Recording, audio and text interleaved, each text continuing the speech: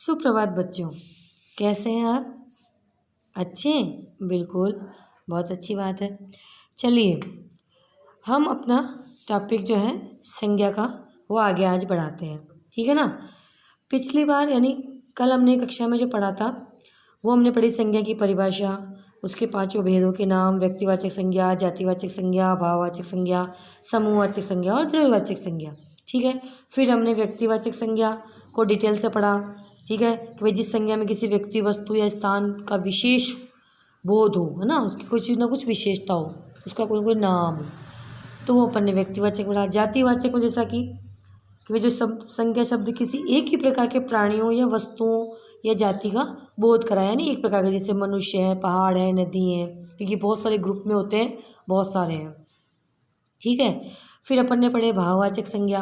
भाववाचक में अपन ने पढ़ा कि भाई जिन संज्ञा शब्द से किसी व्यक्ति, वस्तु और स्थान के गुण, दोष, धर्म, अवस्था, स्वभाव, भाव आदि का बोध हो, वह भाववाचक संज्ञा। अब आगे आज हम पढ़ रहे हैं समूहवाचक संज्ञा। जैसा कि नाम में ही लग रहा है, समूह यानी ग्रुप, ठीक है। तो पहले देखिए आप कि जिन संज्ञा शब्दों से व्यक्ति या वस्तु के समूह या समुदाय का बोध हो, उन्हें समूहवाचक संज्ञा कहते हैं, ठीक है। फिर से देखिए वापस, जिन संज्ञा शब्दों से व्यक्ति या वस्तु के, कोई व्यक्ति है या कोई वस्तु है, उसके समूह का, उसके ग्रुप का, उसके समुदाय का बोध उन्हें समूहवाचक संज्ञा कहते हैं। देखिए कैसे, जैसे सभा, कि भाई वहाँ ये सभा लगी हुई है, ठीक है। सेना की जो टुकड़ी है हमारी भारतीय सेना, तो ये सेना एक तरह का ग्रुप है, एक समुदाय, एक बहुत बड़ा समूह है इनका, है ना। दल, संघ, भाई ये संघ बना हुआ है, ठीक है। कुंज कहते हैं जो फूलों के, इनके जो बहुत सारे ग्रुप होते हैं, समूह होते हैं, उन्हें बगीचे के अंदर जो कुंज होते हैं कुंज कहते हैं। कक्षा, अब कक्षा की बात करें तो कक्षा में कोई एक बच्चा थोड़ी होता है, वहाँ तो बहुत सारे बच्चे होते हैं ना। एक कक्षा का मतलब यानी कि वहाँ बहुत सारे बच्चों का समूह है, इसलिए से कक्षा कहते हैं। संसद, अब संसद में आपको पता है कि कौन, एक तरह से मंत्रियों का यानी सांसदों का समूह बैठता है पूरा। वहाँ पर लोकसभा भी है और राज्यसभा भी है, तो लोकसभा के जितने सदस्य हैं, सांसद है, वो भी बैठते हैं, तो राज्यसभा के जितने भी सदस्य हैं वो भी बैठते हैं, तो उनका समूह संसद में। भीड़, अब भीड़ की कोई गिनती तो है नहीं, बहुत सारे वो लोग होते हैं, वो तो समूह होता है। टोली, भाई मित्रों की टोली आई, ठीक है। होली पर कहते हैं हमारे मित्रों की जो है, हमारे दोस्तों की टोली आई थी हमें रंगने के लिए, तो उसमें बहुत सारे दोस्तों का समूह था। मंडली बनाते हैं, कोई रामलीला की मंडली है, ठीक है, ये मंडली है। जनता, अब जनता में भी बहुत कोई गिनती तो होती नहीं, बहुत बड़ा समूह होता है, तो ये सब क्या शब्द आएंगे, सभा, सेना, दल, संघ, कुंज, कक्षा, संसद, भीड़, टोली, मंडली, जनता आदि, ये सब किस में आते हैं, ये सब आते हैं समूहवाचक संज्ञा में। आया समझ में? चले आगे। अब आता है द्रव्यवाचक संज्ञा, ठीक है। द्रव्य कहते हैं पदार्थ को, है ना, आप साइंस पढ़ते हैं ना, उसमें ये चीज होती है, द्रव्य यानी पदार्थ। तो जिन संज्ञा शब्दों से ऐसे द्रव्य या पदार्थ का बोध होता है, ऐसा कोई द्रव्य, तरल पदार्थ या ठोस पदार्थ, कोई पदार्थ हो, ठीक है, उस पदार्थ का बोध होता है, ऐसा संज्ञा शब्द जिनसे अनेक वस्तुएं बनती, अब उनमें भी क्या, और भी अनेक वस्तुएं बनती हैं उनसे, ठीक है, उन पदार्थ से कुछ और वस्तुएं बनती हैं, वो किस में आएंगे, वह द्रव्यवाचक संज्ञा में आते हैं। यानी कि जिन संज्ञा शब्दों से ऐसे द्रव्य पदार्थ का बोध होता है, यानी जानकारी होती है हमें, जिनसे अनेक वस्तुएं बनती हैं, उन्हें द्रव्यवाचक संज्ञा कहते हैं। जैसे सोना, अब सोना एक प्रकार का पदार्थ है, एक धातु है ना, एक धातु है। चांदी एक धातु है, लेकिन इनसे कई प्रकार की और वस्तुएं बनती हैं। चांदी के बर्तन बनते हैं, इनके पायल, बिछिया वगैरह, इनके प्रकार के गहने बनते हैं, आभूषण, सोने के आभूषण बनते हैं, सोने के बर्तन भी बनते हैं, ठीक है। भगवान की मूर्तियाँ बनती है, भगवान का छत्र बनता है, ठीक है ना, ये बनते हैं। लोहे के तो कई प्रकार के औजार वगैरह बनते हैं, ठीक है। दूध, अब दूध से दही बनता है, ठीक है, उसी में से उसी दही से फिर घी निकाला जाता है, छाछ से दूध से दही, दही से फिर छाछ से घी निकाला जाता है, मक्खन निकाला जाता है। इसी प्रकार घी से कई मिठाइयाँ बनती है। तेल का भी कई नमकीन, जो ये कचौरी समोसे बनते हैं, हम जो खाना बनाते हैं, सब्जी वगैरह, कई जगह काम आता है तेल, ठीक है। मिट्टी भी कई प्रकार की होती है, कई जगह काम आती है, खेतों में काम आती है और कई जगह काम आती है, ठीक है। कुछ मिट्टी मकान बनाने में काम आती है। अनाज हमारी जो दालें, चावल और सब कुछ है ना, ये सब कितने पदार्थ बनते हैं इनसे, तो कुल मिलाकर के वही चीज़ आ गई ना। ये जो हमारी परिभाषा है कि ऐसे पदार्थ जिनसे और अनेक वस्तुएं बनती है वो सब द्रव्यवाचक संज्ञा में आते हैं। आया समझ में? किस में आते हैं? ऐसे पदार्थ, ऐसे द्रव्य जिनसे कुछ और वस्तुएं बनती है, जैसे सोना, चांदी, लोहा, दूध, घी, तेल, मिट्टी, अनाज आदि, ये सब किस में आएंगे? द्रव्यवाचक संज्ञा में। तो आया समझ में आपके? ये आज हमने पांचों के पांचों जो आपके टॉपिक हैं वो क्लियर कर दिए। संज्ञा की परिभाषा हो गई, उसके आपके पांचों भेद हो गए, व्यक्तिवाचक संज्ञा, जातिवाचक, भाववाचक, समूहवाचक, द्रव्यवाचक। फिर हमने व्यक्तिवाचक पढ़ा, फिर हमने जातिवाचक पढ़ा, फिर अपन ने भाववाचक संज्ञा पढ़ी, ठीक है। फिर उसके बाद आज हमने पढ़ी समूहवाचक संज्ञा और उसके उदाहरण, और द्रव्यवाचक संज्ञा और उसके उदाहरण। अब हम पढ़ते हैं आप भाववाचक संज्ञा को एक बार अपन फिर से देखेंगे। क्यों देखेंगे? कि भाववाचक संज्ञा किन किन शब्दों से बनती है, वो चीज़ें हम आज देखते हैं। देखिए, अब भाववाचक संज्ञा बनाना सीखेंगे हम। इसी में यही एक संज्ञा का भाग है कि भाववाचक संज्ञा कैसे बनाई जाए। भाई व्यक्तिवाचक संज्ञा में तो व्यक्ति विशेष का अपने आप नाम आएगा, किसी स्थान का, किसी वस्तु का नाम आएगा तो व्यक्ति। जाति में वो समूह आ जाएंगे, समूह में भी वो समूह आते हैं, दल, सेना, ठीक है, भीड़, जनता, ये द्रव्य पदार्थ आएंगे। लेकिन आप भाववाचक संज्ञा को कैसे समझोगे, तो उसको समझने का एक तरीका और है कि भाववाचक संज्ञा बनती कैसे है और किन किन शब्दों से बनती है। तो देखिए, सबसे पहले भाववाचक संज्ञा बनती है जातिवाचक संज्ञा से। भाववाचक संज्ञा कैसे बनती है वो देखिए। अब देखिए, बूढ़ा, बूढ़े में संसार में कोई एक तो बूढ़ा है नहीं, बहुत सारे बूढ़े हैं, ठीक है ना। तो एक ही प्रकार के बहुत सारे प्राणी हो गए बूढ़े, तो उनसे बूढ़े से, बूढ़ा शब्द से भाववाचक संज्ञा कैसे बन रही है? बुढ़ापा। अपन ने पढ़ा ना, बुढ़ापा, जवानी, बचपन, ये भाववाचक संज्ञा, ये भाव है, ये मनुष्य की अवस्थाएं हैं, ठीक है। मनुष्य की 3 अवस्थाएं होती है, बचपन, जवानी और बुढ़ापा। तो बुढ़ापा तीसरी अवस्था, तो ये अवस्था हो गई हमारी। तो अवस्था आती है ना भाववाचक संज्ञा में, तो वो आ गई, ठीक है। ये किससे बनी? जातिवाचक संज्ञा ना, बूढ़ा, उससे बना बुढ़ापा, ठीक है। इसी प्रकार देखिए पशु। अब पशु का मतलब बहुत सारे पशु, यानी पशुओं का एक, बहुत सारे प्राणियों का एक ही प्रकार के बहुत सारे प्राणी यानी पशु। तो उससे क्या बनेगा? पशुता। इसे कहते हैं ना पशुता। पशुता यानी कहते हैं ना, अरे क्या जानवर है क्या, यानी पशु जैसा व्यवहार करना यानी पशुता कहलाता है। पशु की जैसे व्यवहार करना जिसमें भावनाएं नहीं होती है, मनुष्य जैसी भावनाएं नहीं होती है, तो पशुता करता है, यानी जानवर जैसा व्यवहार करने वाला, पशुता भाव। देव में कैसे भाव होंगे? देवत्व जैसे, इसलिए भाववाचक संज्ञा। अब मित्र में कैसे भाव होते हैं? मित्रता के, इसलिए मित्र जातिवाचक है, क्योंकि एक ही समान के बात करें, एक ही सब प्रकार के प्राणी व्यक्तियों का समूह है ये मित्र, है ना। तो मित्र से मित्रता। अब चोर तो है वो जातिवाचक, क्योंकि चोर एक नहीं, बहुत सारे चोर हैं, ठीक है। एक ऐसा समुदाय, एक ऐसे प्राणी जो चोरी करते हैं। तो चोरी क्या हो गया? उनके भाव हो गए, उनका स्वभाव हो गया, गुण दोष हो गया, जो कि अपन ने भाववाचक संज्ञा में पढ़ा था कि गुण दोष सभी, तो इनका दोष है, उनकी कमी है, उनकी बुराई है कि वो चोरी करते हैं, ठीक है। इसी प्रकार मनुष्य में क्या होगी? मनुष्यता। जिस प्रकार पशु में पशुता होती है, उसी प्रकार मनुष्य में क्या होती है? मनुष्यता।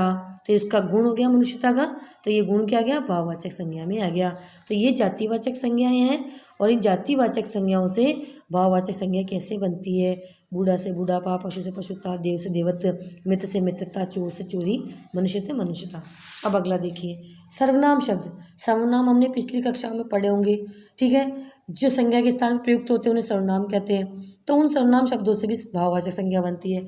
अब अपना सर्वनाम है, अपना शब्द जो है वो सर्वनाम है, उससे क्या बनता है? अपनापन, अपनत्व, ये भाव है हमारे मन के भाव ना, अपनापन, किसी से हम अपनापन दिखाते हैं, अपनत्व की भावना, तो भाववाचक संज्ञा हो गई। इसी प्रकार पराया, हम किसी को पराया समझते हैं, तो पराया शब्द तो सर्वनाम है, लेकिन परायापन जो गया वो गया आपके भाववाचक संज्ञा बन गया। इस प्रकार निज से निजत्व या निजपन यानी अपनापन, वही एक ही बात है। मम शब्द सर्वनाम का है, मम यानी खुद के लिए कह रहे हैं हम, है ना।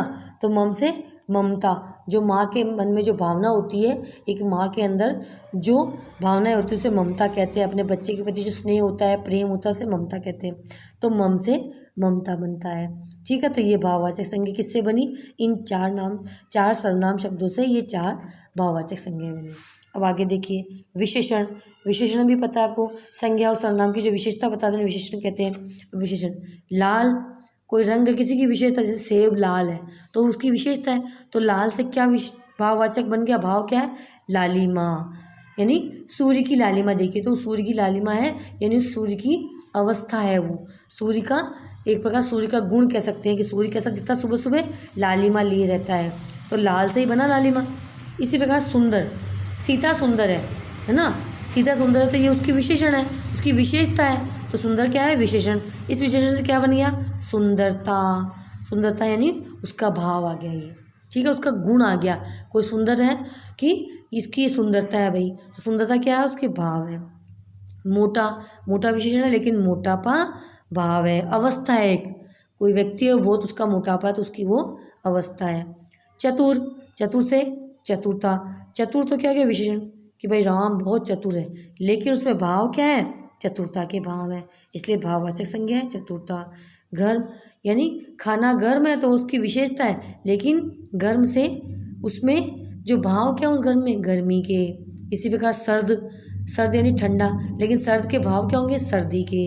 इसी प्रकार हरा, हरा तो रंग है, विशेषता है हरा होना, ठीक है, लेकिन हरियाली क्या हो गई, उसके भाव हो गए, चारों ओर हरियाली फैली है, यानी कि ये एक मौसम की जो है अवस्था हो गई, ठीक है। इस समय बारिश के मौसम में चारों ओर हरियाली हो गई, यानी बारिश के मौसम की एक अवस्था हो गई, यानी कि स्थिति हो गई कि चारों ओर हरियाली हरियाली हो रखी है, ठीक है, ये विशेषण से बने। अब देखिए इसी प्रकार क्रिया शब्दों से, अब क्रिया शब्दों से भाववाचक संज्ञा कैसे बनाते हैं वो देखिए। अब क्रिया क्या है, घबराना, घबराना एक प्रकार क्रिया है ना, किसी काम का होना या करना पाया जाए उसे ही क्रिया कहते हैं ना।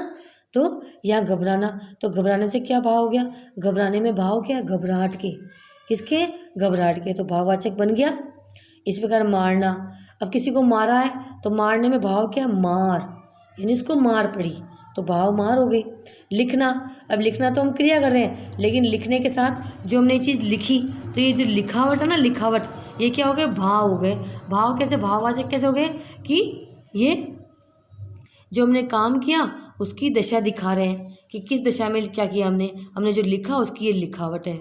इसी प्रकार दौड़ना, दौड़ना का क्या है भाव, दौड़ रहे हैं, दौड़ना तो क्रिया है लेकिन दौड़ क्या है, भाववाचक संज्ञा बन जाती है। सजाना, कोई क्रिया कर रहा है, कोई लड़की कमरे को सजा रही है तो सजाना, लेकिन सजाने के बाद जो उसके भाव, जो उस कमरे के गुण निकल के आए वो क्या थे, सजावट, कि कमरे में बहुत अच्छी सजावट हो गई है, तो सजावट क्या हो गई, भाववाचक संज्ञा हो गई।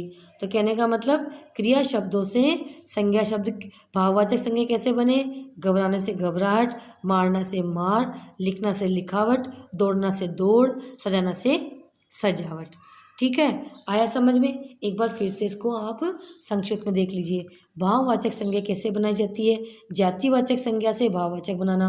जो जातिवाचक शब्द होंगे उनसे इस प्रकार से, बूढ़ा से बूढ़ापा, पशु से पशुता, देव से देवत्व, मित्र से मित्रता, चोर से चोरी, मनुष्य मनुष्यता, यानी ये इनके भाव है। ये तो जातिवाचक यानी तो समूह एक ही समान के प्राणी है, एक ही समान लोग हैं जिनके, ठीक है, उनमें क्या भाव है, ये सब भाव है, इसलिए भाववाचक हो गए।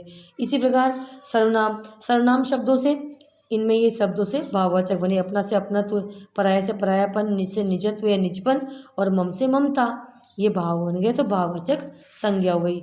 इसी प्रकार ये सब विशेषण है, विशेषण से भाववाचक संज्ञा बनना। लाल, सुंदर, मोटा, चतुर, गर्म, हरा, ये सब विशेषता है, विशेषण है। अब इनसे लाल से लालिमा, सुंदर से सुंदरता, मोटा से मोटापा, चतुर से चतुरता या चतुराई, गर्म से गर्मी, हरा से हरियाली, ये सब इनके भाव हैं, इनकी अवस्थाएं हैं, इनकी दशाएं हैं, इसलिए इनसे ये बन गए। सूर्य की सुबह सुबह लालिमा है तो ये उसकी दशा है, इसलिए लालिमा, लाल से बना लालिमा, इसलिए लाल विशेषण से लालिमा एक भाववाचक संज्ञा बन गई। सुंदर से सुंदरता, मोटा से मोटापा, ठीक है, इस प्रकार चतुर से चतुरता, गर्म से गर्मी, हरा से हरियाली। इसी प्रकार क्रिया से एक बार फिर देख लीजिए। घबराना क्रिया है, मारना क्रिया है, लिखना क्रिया है, दौड़ना क्रिया, सजाना क्रिया, लेकिन घबराने से घबराहट एक प्रकार के भाववाचक हो गया, भाव हो गए। मारना से मार, लिखना से लिखावट, दौड़ना से दौड़, और सजाने से सजावट, ठीक है, इसी प्रकार ये भाववाचक संज्ञा। तो आज बच्चों हमारा ये संज्ञा का जो टॉपिक का शीर्षक हुआ आज पूरा हुआ।